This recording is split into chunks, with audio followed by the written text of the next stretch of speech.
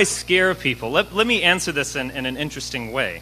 I'm sure the alt-right does scare people because there are people who have something to lose by the current way of doing things. The alt-right is a revolutionary movement in the best sense of the word. We truly do want to change the world. We think another world is possible, and we want to bring it about. So there are people who benefit from this current regime of mass immigration and mass multiculturalism and endless wars abroad and the whole kit and caboodle of global America. And yes, they do not want a different viewpoint to be heard because we would present the world with a different way of doing things. It would be a much more peaceful world. It would be a much more meaningful world for all human beings. It would be a better and more beautiful world if people like me were in power. So there are people who benefit from the world as it is, and I'm sure they're scared. That's good. Sometimes ideas are scary. When I first read philosophy, I was scared in a way, in the sense that it was changing my mind. What?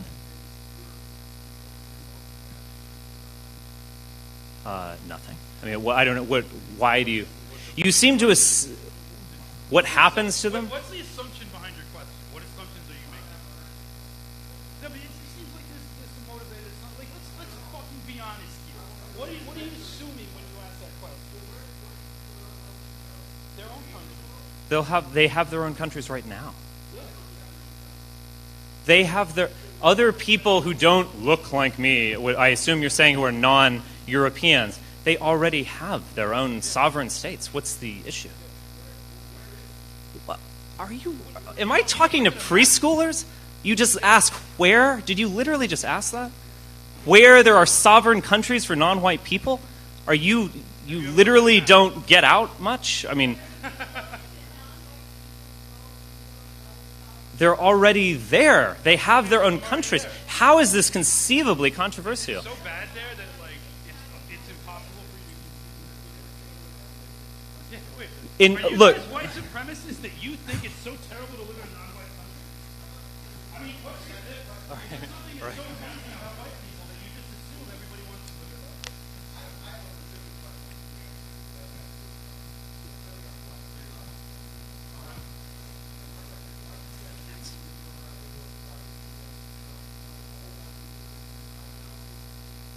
we don't think that you're asking bad questions.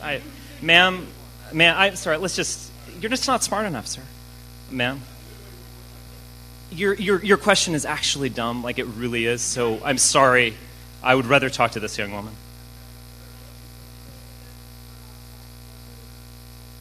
And the concept of an ethno-state. Well, I could explain it in two ways. There are certainly ethno-states that exist right now. The state of Israel is an obvious one. It is a Jewish state, defined.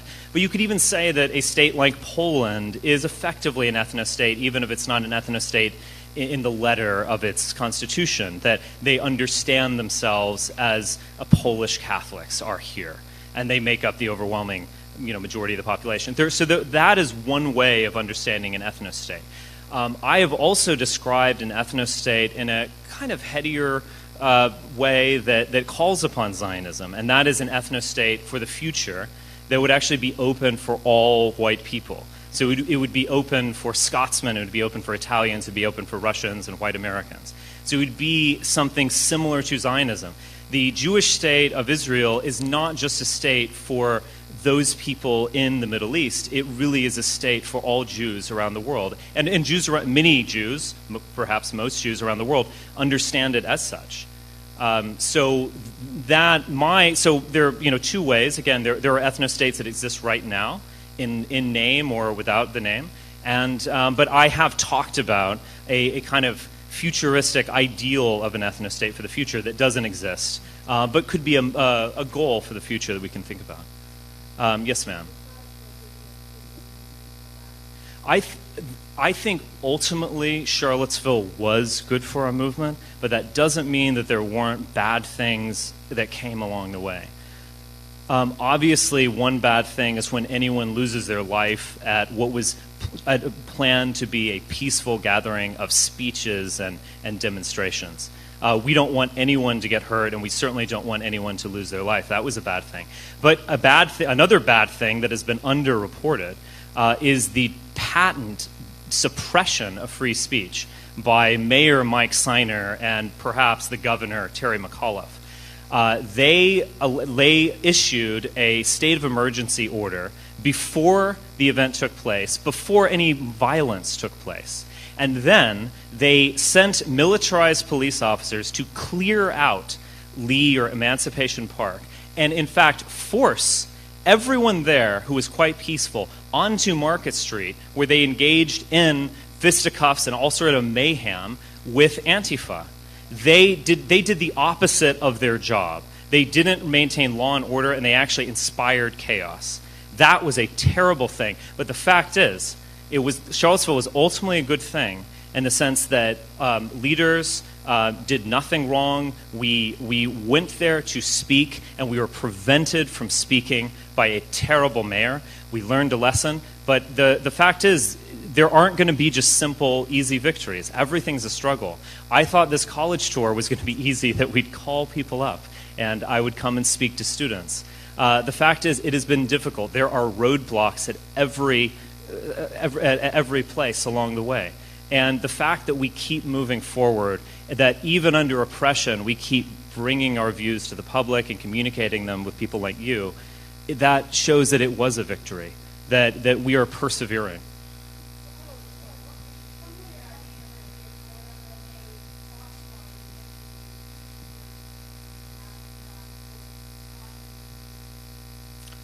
What was the question?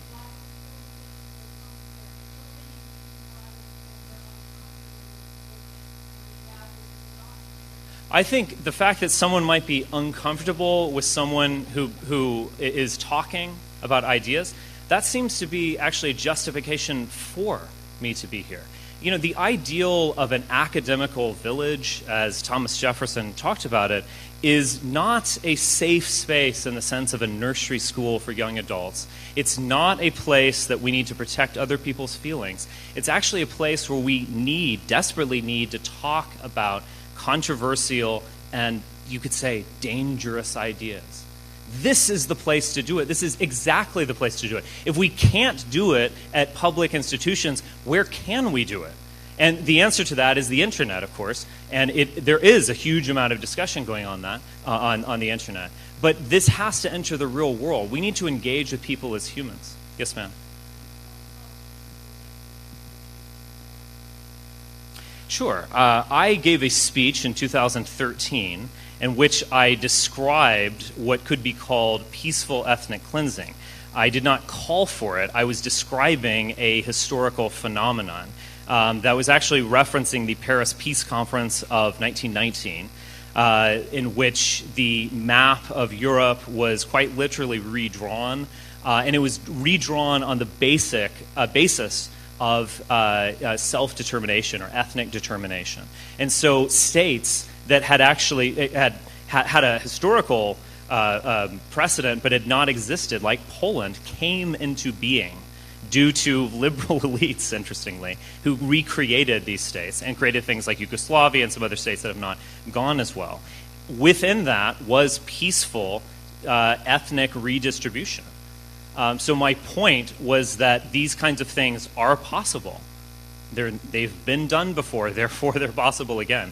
And my other somewhat more ironic point was that they were actually done at the behest of the liberal elites, who will sometimes go in different directions and value other things. On top of that, there's one other thing I'd like to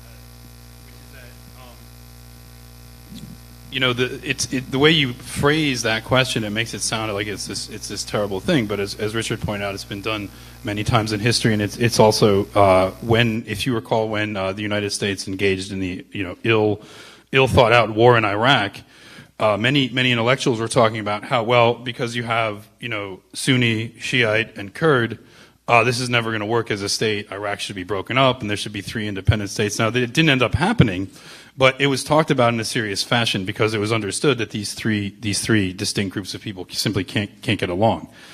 And on top of that, when you talk about, the way it's phrased, it sounds so terrible. And you're talking about, migrations of people and moving people. But people move all the time. People are moving in the millions into the United States and into Europe. And these are foreign people that don't know the language, the culture, the customs, and they're causing disruptions, they're causing conflict, and they're causing chaos. So the idea that people moving is like the most horrible thing is very strange. And now people move all the time. Think about it.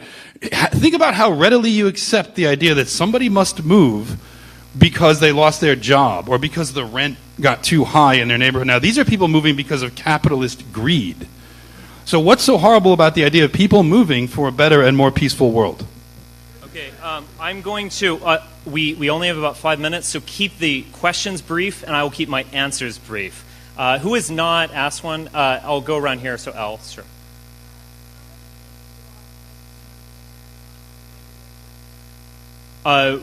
We've spent roughly $10,000 for the security and rental fees. We've obviously spent more than that in terms of travel and other costs.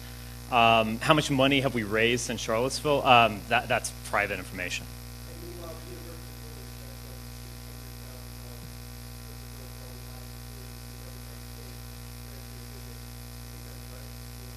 It's absolutely right. This is the free speech issue of our day, and I am very happy that President Fox has stood behind us and allowed this to go through. And I'm very happy with all of the security professionals and all of the administrators whom I've talked to who have been entirely professional and who understand the necessity of doing this. You cannot say that, we all love free speech, right? It's so cool. And then someone says something controversial, I'm like, ooh, that's too expensive. That is the implication of your question, whether you understand that or not. And that demonstrates to you that you basically want people to speak when they say things that are fairly boring. Yes, sir, and then ma'am. Sir?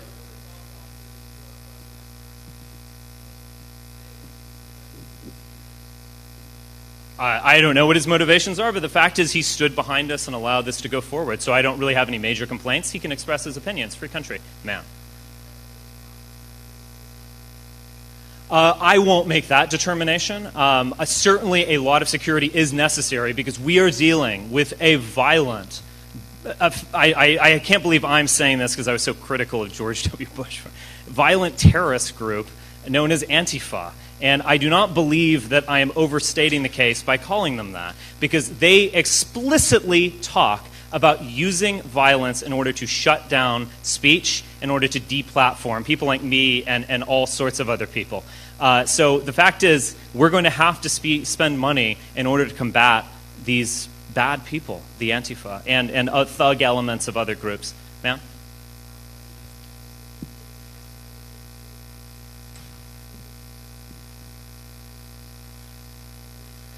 I think identity is necessary not just for white people, it's necessary for everyone around the world, and it's going to come into being due to this experience that we're all living through, which is that of mass immigration and globalization. So it is relevant to everyone. And also, it is an idea that they don't hear in class. I am bringing ideas that are not being taught in this stifling PC academic environment that we all live through, and that is a very good thing. Sir? No, not you. The person behind you. Sit down. It's Carrie. Carrie. No, Carrie. Sit down, sir. Why don't you contact Preston Wigington? Yeah, sir.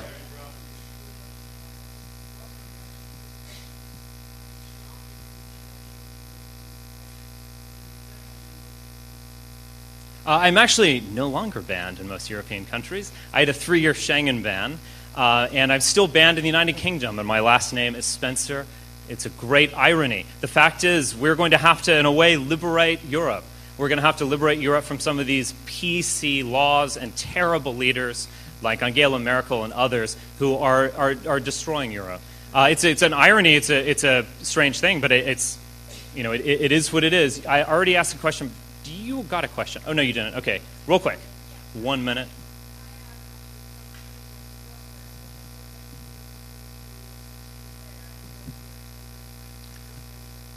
I was invited by my colleague Daniel Freeberg, and I'm going to give a speech at a conference. It's going to be a lot of fun.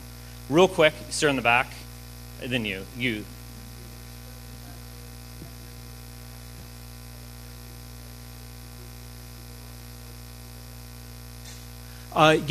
Historically speaking, yes, absolutely, this is a white country.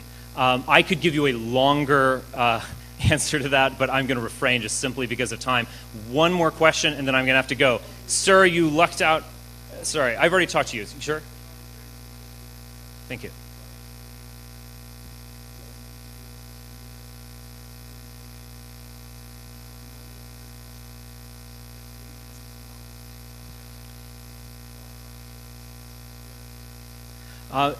Maybe that moment was in the womb. I do think that in a way I was born this way. But in terms of articulating these thoughts, it was a long evolution over the course of my 20s. I moved from left and right in all sorts of ways in between. I wish I could get into a personal question like that, but we just don't have time. Thank you all for being here. I really do appreciate all of you. And there also is going to be a Q&A session afterwards. I would ask you to allow some students, not to hog the mic from the students. Yeah, but I will also, I'm certainly willing to talk to each and every one of you with maybe some exceptions later. So thank you for coming. I really do appreciate you. Thank you.